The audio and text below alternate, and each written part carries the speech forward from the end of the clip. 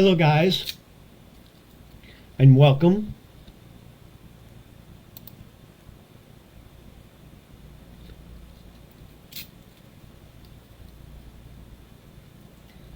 Sorry, I'm getting coughed up.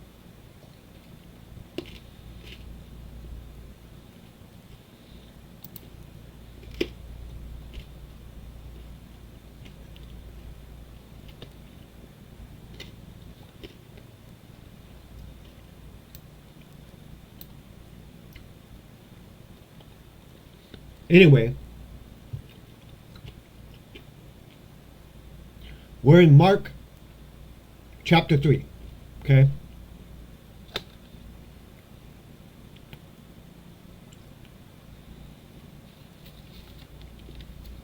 So let's begin, guys. Let's examine the Word of God. And he entered the synagogue.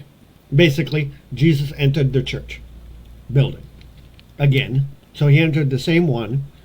And a man was there who had a withered hand. So I actually have a friend who has something called cerebral palsy. And his hand doesn't work all that well. So it's like it's just kind of like crippled in a way. So this could be that, where his hand's not doing everything it needs to do. So that might be an explanation of the man with the withered hand. Okay. So they watched him closely, whether he, meaning Jesus, would heal him, meaning the guy with the withered hand, on the Sabbath. So that and here's the reason why they watched him closely, so that they might accuse him of doing something unlawful. Okay. And he said to the man who had the withered hand, "Step forward." Then he said to him, Then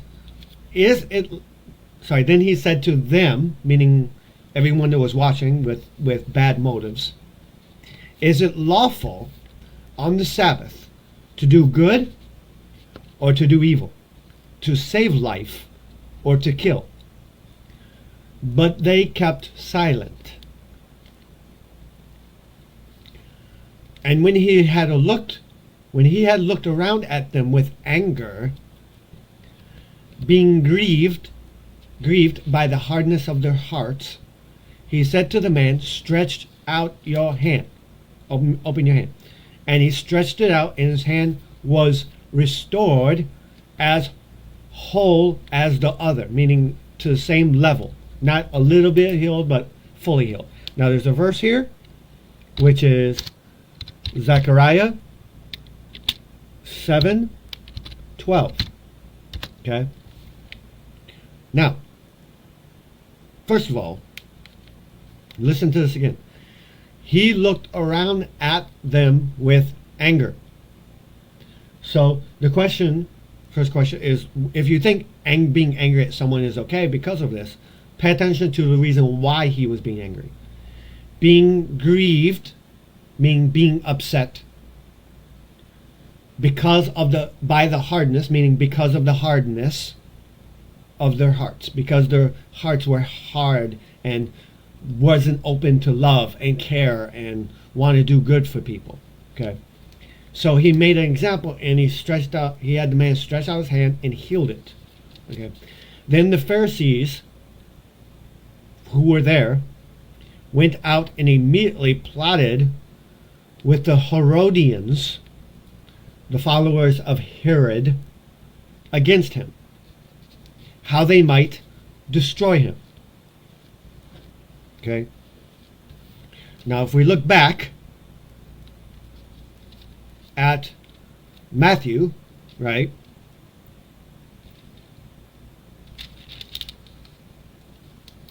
Matthew doesn't list that one at that time. Okay. And I'm skimming ahead in Matthew just to see when he did that. But it doesn't make no mention of it. So interesting. You see how the differences of a person's personality, a person's lifestyle, what they grew up with and everything, it changes things. Okay. It changes how you receive things. So we have to be mindful of that. But Jesus withdrew with his disciples. Jesus withdrew, meaning pulled back, went away with his disciples to the sea. And a great multitude of people from Galilee followed him, as well as from Judea and Jerusalem and Idumea, or Idumea, or something like that, and even from beyond the Jordan. And those from Tyre and Sidon. That's a lot of people. A great multitude. A great multitude. Lots of people. When they heard how many things he was doing, came to him. So they were drawn to him by what he was doing, by the way he was living, by the way he was presenting himself. So here's the question. Is the way that you're presenting yourself drawing people to God or pushing people away from God? That's the thought I would urge you to think about in your life. If the way you live, the way you talk, the way you speak, the way you treat people, if it is pushing people away from God, you might want to question how sincere and how accurate your walk with God is. Because it shouldn't be doing that. If you were really, now don't get me wrong, okay, your walk with God and you claiming what God says, that's going to offend people. And it's going to rub people the wrong way. Even Jesus dealt with that, okay? But in comparison, the amount of Pharisees and Sadducees in comparison to the great multitudes was like 1 to 10. In other words, for every one Pharisee or Sadducee, there might have been maybe 100 or 1,000 of the multitudes. So, in other words, in your life, there should be more people being attracted to you because of Jesus than those that are being offended at you because of Jesus. Okay? Or I should say being pushed away. And by the way, if you're pushing anyone away because of Jesus, you might have done something incorrectly. It might have been you said something the wrong way to them, or you made something sound the wrong way to them. It might have been, it sounded to them like you were harping on them instead of trying to share the love of God with them or something. Who knows? Okay? And we make this mistake so often. Let's just be frank about it. Okay, guys? On our best day, we try our very best, and we still can't measure up.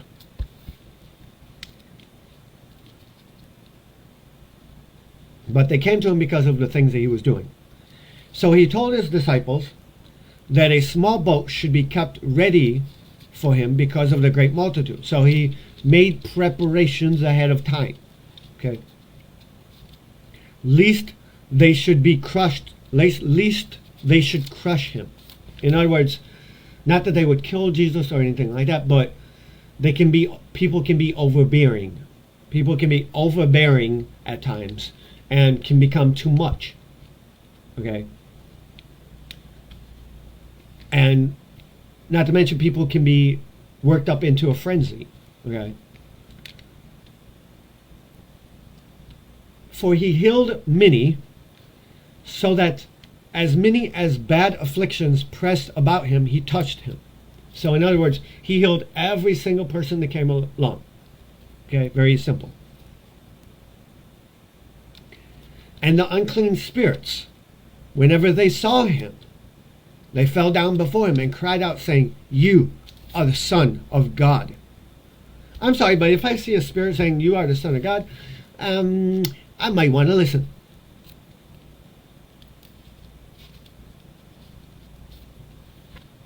And see, here's an essence. Here's a little helpful thing for you, okay? The spirits, the evil spirits, the unclean spirits, they knew who he was. The demonic spirits knew who he was. Okay, so knowing who God is does not mean you know God. It just means you know who he is, you know of him. Okay, big difference. But he sternly warned them that they should not make him known. He gave orders to the demons to not make him known. Okay, because he wanted people to follow him and to choose him because of the evidence that he showed of his life. not because some demon said he was God. See, here's the thing. Any choice that you make in life has to be made joyfully. And I believe that this is where Jesus went with this. He didn't want people to choose him out of some ulterior issue. He wanted them to choose him because of what they saw in him, what they saw him do, what they heard, how they were convicted in their spirits, everything like that. Okay.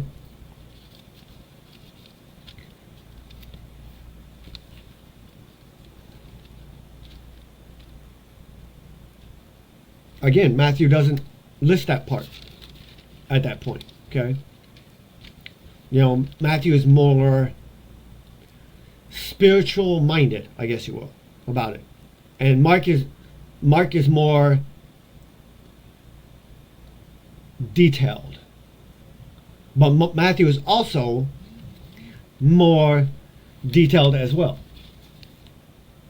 Okay?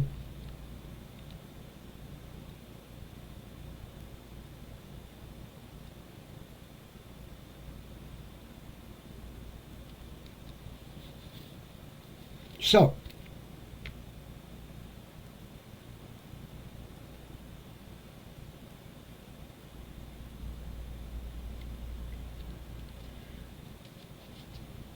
where was I? Okay.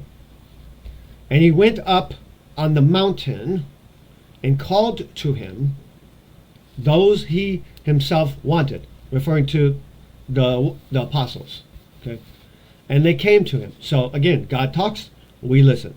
God speaks, we obey. Then he appointed 12 that might be with him, that he might send them out to preach. He appointed 12. And to have power to heal sicknesses and to cast out demons. Now the interesting thing here is according to Mark picks these people to follow him that are apostles out of the great multitude that were following him. Okay. Matthew also talks about the 12 apostles, right? And lists their names. He lists the details. Okay. Mark so far has not. Oh, actually, yes, he does. Okay. Now remember, up to this point, this is the point where he sends them out as apostles. Before that, they were just followers of the Lord. They were followers, they were disciples of him. Now they're apostles, given power. Okay. Then he appointed 12 that he might send out and to have power to heal sicknesses. You have the power to heal sicknesses if it's in God's will. Okay. And to cast out demons if it's in God's will. Simon, to whom he gave the name Peter. Okay? Because if you remember, as we were reading before, Simon Peter wasn't always Simon. Jesus constantly changed the names.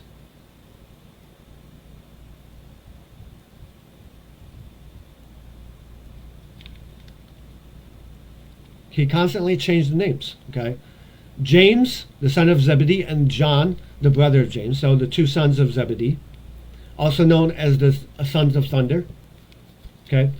James, the son of Alphaeus, as well as Thaddeus, Simon the Canaanite, and Judas Iscariot, who also betrayed him. And they went into a house. Okay. Doesn't say what house. They went into a house, it says. Now, this next part, okay, is here. In Matthew, they're talking about sending out the 12, okay? And this is where he warns them of everything, so it's very detailed, okay? And for the most part, they're kind of similar. Then the multitude came together, multitude of people, okay, so that they could not so much as eat bread. So they were that crowded. It was crowded. Okay. Then the multitude came together, and when his own people heard about this, meaning his own people, They went out to lay hold of him, for they said, he is out of his mind. So the word, what in the world? Really?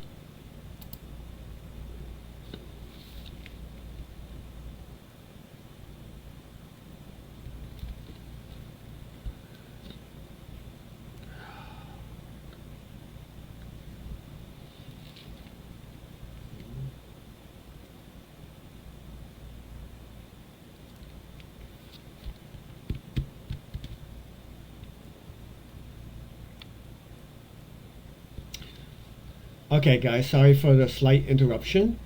Okay. The video was not working the way it was supposed to be working. Okay.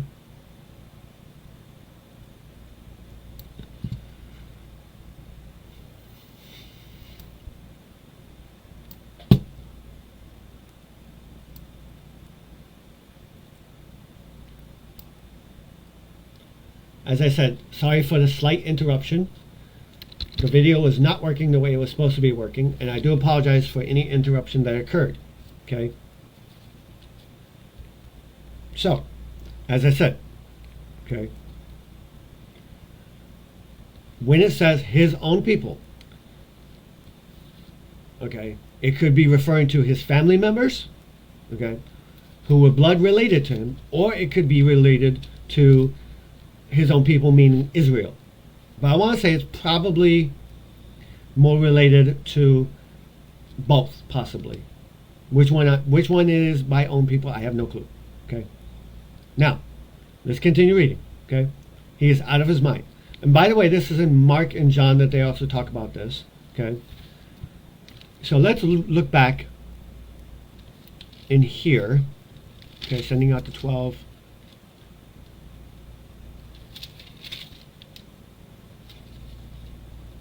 Okay, so up here we got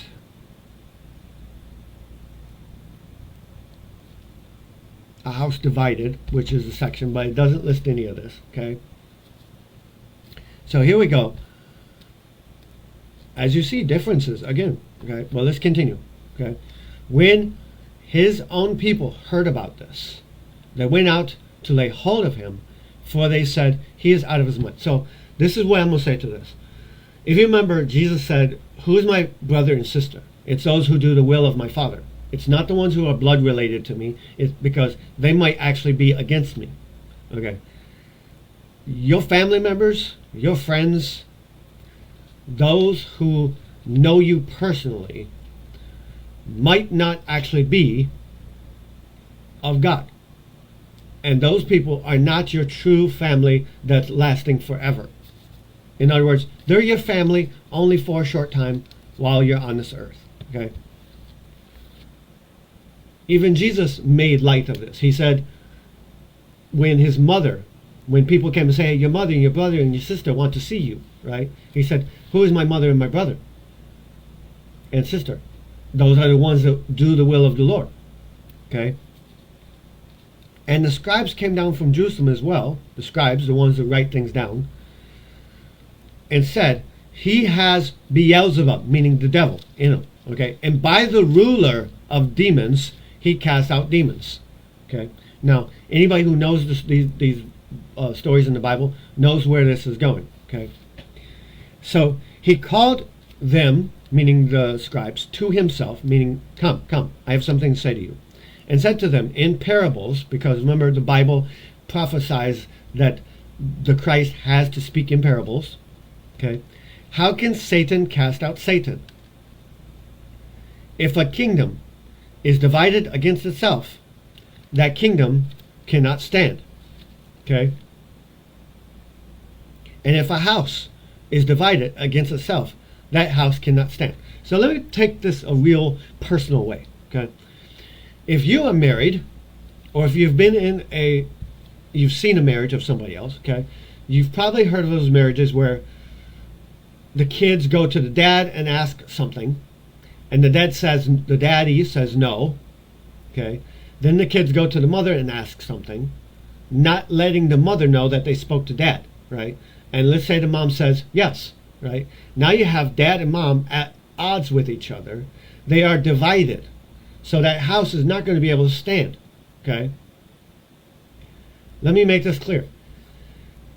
Anyone who seeks marriage, if at any point in your marriage you are on opposite sides in relation to that marriage, in relation to how you run your household, in relation to your kids, your marriage, and anything else, then your house is divided. How is that marriage supposed to work if you're constantly at odds? This is one reason why my first marriage didn't work. Because me and my spouse at the time, we had no clue how to do this. We had no clue how to not be divided. Because I felt one way, she felt a different way. Okay?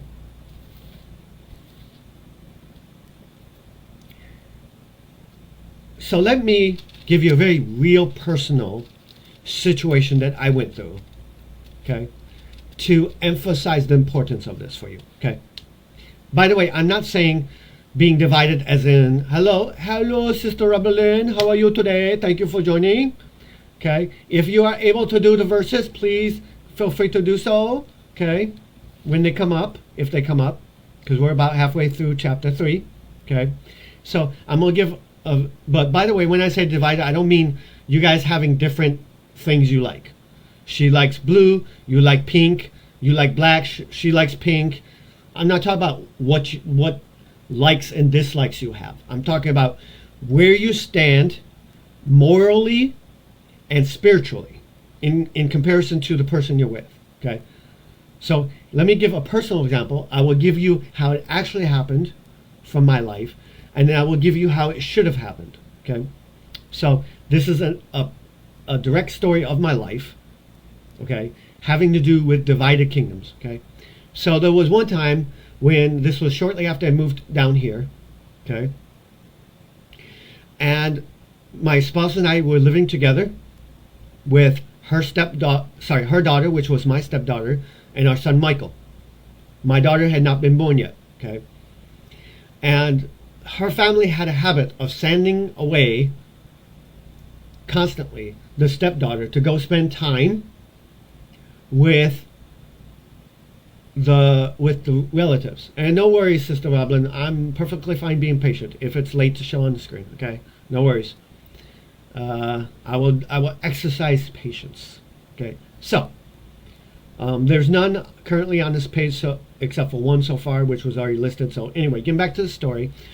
So the stepdaughter, and I'm a person who loves making memories, creating memories, spending time with my family, okay? So I had already purposed in my heart that when the child got back, we were going to spend time as a family doing family functions, family things together, just me, my spouse, and the 2 kids, okay? So it had been 3 weeks. The stepdaughter came back from a visit with her relatives, okay? The stepdaughter wanted to go back out again for more time. Now, my personal thing in this is, and I spoke this directly, I said, look, I have things planned with my family. I have plans that I've made, okay? I don't feel our stepdaughter needs to, our daughter at the time, because I call her my daughter, needs to go away for any more time, okay? That was my feelings, okay? That was what I felt about the situation. She had already been away for, oh man, I got another gnat in here. They are always popping up. Don't worry, I'll get you. I got a white screen. If I see them, I'm killing them.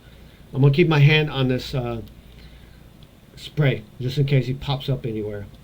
So, anyway, getting back to the story. So the mother, being a person who is after the satisfaction and the approval of her family, right, obviously was like, yeah, sure, go ahead. Let her go away for more time, right? And the mother was like, yeah, let her go away for another 3 weeks, okay? That was the mother's feeling, okay? So what ended up occurring is I said, okay, let's compromise. Okay, let's send her away for 1.5 more weeks, even though I had plans. Okay, so there's two mistakes going on here. The first mistake is I should have held to my guns. Why? Because plans had already been laid in motion. Okay, so I should not have even budged on it. Okay, but the fact I did was a little bit of learning for me at the time. Okay, so there's nothing wrong with compromising. Okay, so we compromised, or I thought we compromised, and I said, how about a week and a half? She said, okay. Later on, years later, when we were in parenting therapy, we revisited that example, and in that example, she goes, well, he wanted it his way. So me saying go visit for a week and a half was somehow my way. And see, this is the mindset of a narcissistic person. Okay, this is of the mindset of a narcissistic person, because anytime you do anything that's not exactly how they want it, it's your way, even though it's a compromise. Okay, so that was the first mistake, was me not holding my guns. The second mistake was her not submitting. So that's how it went. So we ended up arguing and bickering and fighting about it. Okay, and it made a huge issue that shouldn't. Okay, and that's how the stepdaughter was able to get away with so much stuff that she was able to get away with, because anytime that I said something, the spouse would undermine my authority as leader of the household, as the spiritual leader of the household. Okay, now let me explain to you how a biblical marriage should have worked. First of all, daughter comes home, says, okay, I've been away for 3.5 weeks. Okay, and the daughter, if the daughter's not of God, then the daughter's just going to be like, okay, hey, I want to go away for more time. Okay, me being the spiritual leader should have said, you've already been away for enough time, we have plans made. Okay, so the answer is no. Simple as that. And the wife, if the wife was spiritual and following in the spirit of a biblical household, she should have said, I agree with my husband. Not because she emotionally agrees with me, but because she's submitting herself to the authority that the husband is the head and the leadership of the household. Okay, and then later on she could have said, well, I felt this way about it, but I wanted to at least acknowledge your leadership and authority of the household. Okay, see, by doing that, right, doing it that way, there creates no division, no gap, or no crack, as it were, in the marriage for the children to be able to manipulate, right, each parent against the other. Because that's what ends up happening. When a child sees two parents divided, the child goes, if I can use mom and dad against each other, they're going to be so busy fighting each other, they're not going to be able to unite, and therefore I won't be able to get anything I want from them. Okay? So you see the difference. Okay? And if there was a difference of feelings, then the mother and father, who were biblical, should have sat down at some point and said, hey, here's my feelings on the matter, here's how I felt about it, and then talked it out. And maybe given explanations as to why you felt that way or anything like that. Okay, not just giving, okay, well, here's what I wanted, but giving, here's why I wanted it. Here's what, like example, if I could have sat my spouse down and been like, okay, and I actually told her this. I said, look, I've made plans for our family to do things. Okay, I have those plans, and apparently that wasn't good enough for the spouse. She didn't want to submit her heart to her husband, and she didn't want to submit her heart to God. Okay. But by the way, guys, leadership or submission to someone, right, is also a very tricky slope, because submission to someone can easily slide into being a control, having control issues. In other words, it can go from being submissive to the person who you're submitting to having control issues to always wanting to control everything. So you really have to be very careful when you're submitting to make sure that the person that you're submitting to understands why you're submitting, the reason why you're submitting, And that doesn't mean that you're going to let them walk all over you. Okay? And the one who is being submitted to, meaning the husband, right, in this scenario, right, has to understand his authority isn't by himself. It's of God and his authority. And that's, on my part, that was one of the mistakes I made. I wasn't walking with God. I wasn't trying to have a biblical household. That was my mistake, okay? But that's an example of a kingdom divided could not stand, okay? And it's true. How can a house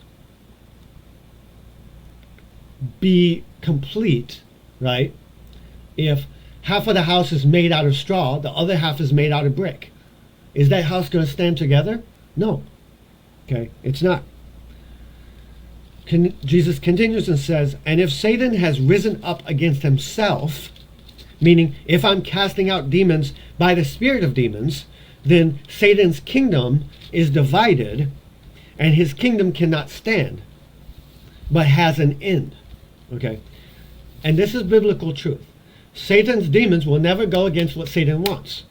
So if you learn the characteristics and the purposes of what Satan's trying to do in your life, you can identify the spirits that are coming. You can identify, okay, so I can look at my kid's mother and go, okay, you say you're of God, but you're making false accusations in court that are lies, that you know full well are lies, but you're doing it because you want to try and get what you want. So you're bearing false witness in court. You're having hatred anytime you see me. So that showing me that even though you're saying you belong to Christ, you don't actually belong to Christ. Because if you did, you'd have the fruits of the Spirit within you. Okay?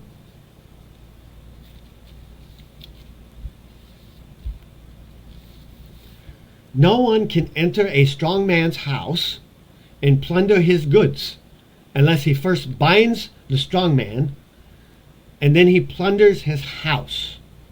Okay, so what is this referring to? Okay, by the way, if there's a delay, it's because of the internet. The internet's really being stupid, and the video is being really dumb to being very jerkish right now. So if it keeps doing this, I'm going to reload the page and hope that the video actually works right. Okay, so I'm going to keep an eye on it. So what does this mean to bind up the strong man? Let me put it this way, okay, for you guys. In order for Satan to deceive you, he first has to confuse you and he has to trick you. So in other words, in order for Satan to be able to work in you silently, he has to trick you that he's not even there. How does this happen in the world? Simple. Satan convinces you that you're doing your will, not God's will and not Satan's will. He convinces you that you're doing your will, right? And makes you believe that the voices that you're hearing in your head having to do with following your will is your voices and not his. Thus, he binds you in lies and deceit. Okay?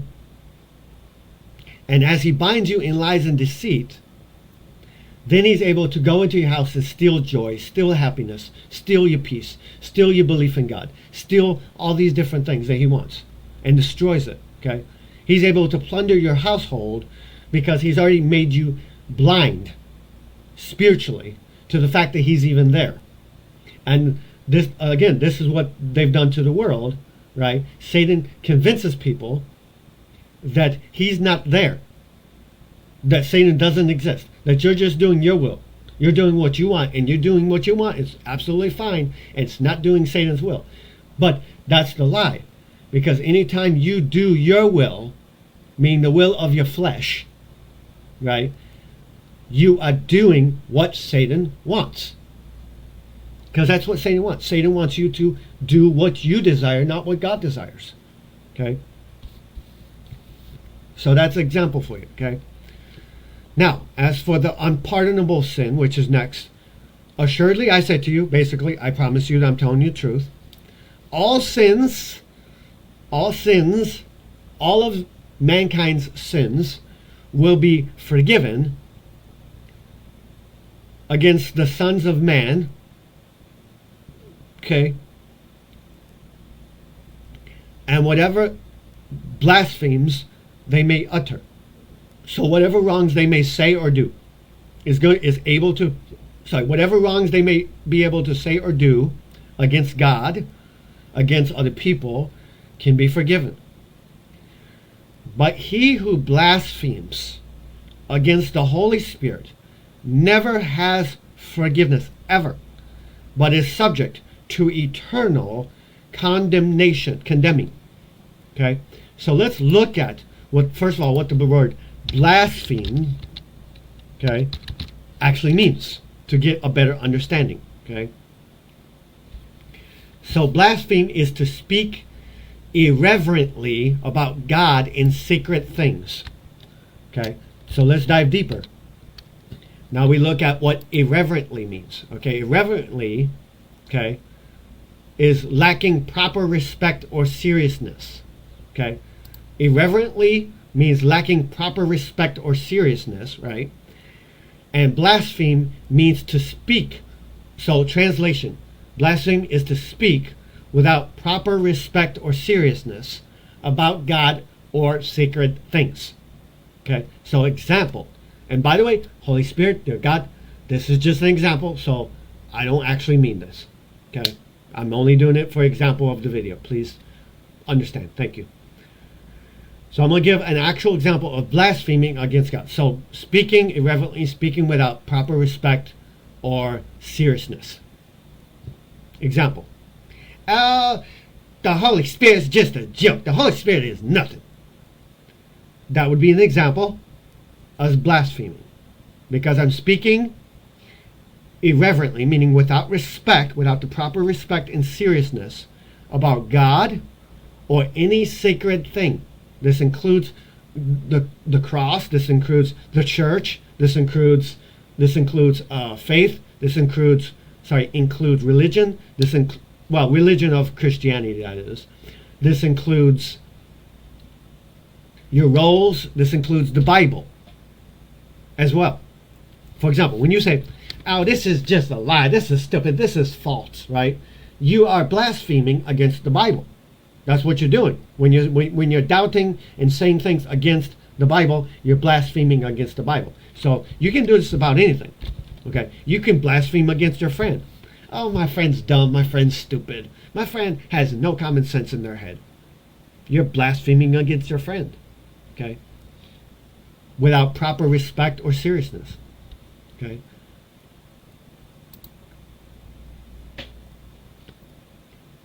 Now, as for condemnation, that means punishment. Some sort of punishment is going to take place that you're not going to be able to get out of no matter what you say.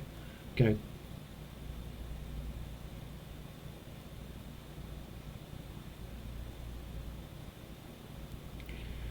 Because they said he has an unclean spirit. Because they said he has an unclean spirit. So that's why he did all the talking to the multitudes and to the scribes, because they said he had an unclean spirit, meaning Jesus had an unclean spirit. But Jesus didn't have an unclean spirit, just for the record. Okay. Then his brothers and his mother. So remember back when they said his own people, right? Now we know who his own people is. We find out in verse 31. Then his brothers and his mother came, standing outside, they sent to him, calling, and a multitude was sitting around him. And they said to him, "Look, your mother and your brothers are outside seeking you. People that are blood related to you are looking for you," in other words. And he answered them, saying, "Who is my mother or my brothers?" Here's the answer. "For whoever does the will of God is my brother and my sister and my mother." So, ladies and gentlemen, that is the end of Mark chapter 3. Thank you for your time. Thank you for watching this video. Okay? I hope you get some good learning out of it and some good understanding about the Bible out of it. Learn to dig deeper. This is why I got a hold of a dictionary, because the dictionary opens up certain words to get something even deeper understanding about it. Okay? And if you ever really want to dig very much deeper, here's what I challenge you to do. We're going to actually do this. I'm going to start doing this in the ministry, okay, with the group.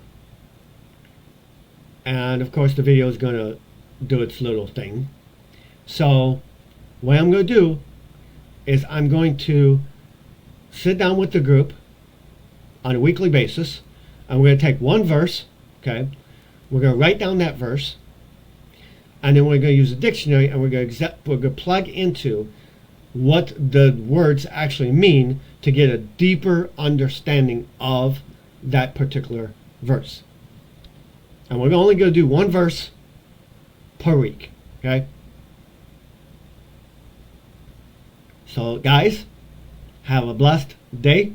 I wish you well. I love you guys. Take care.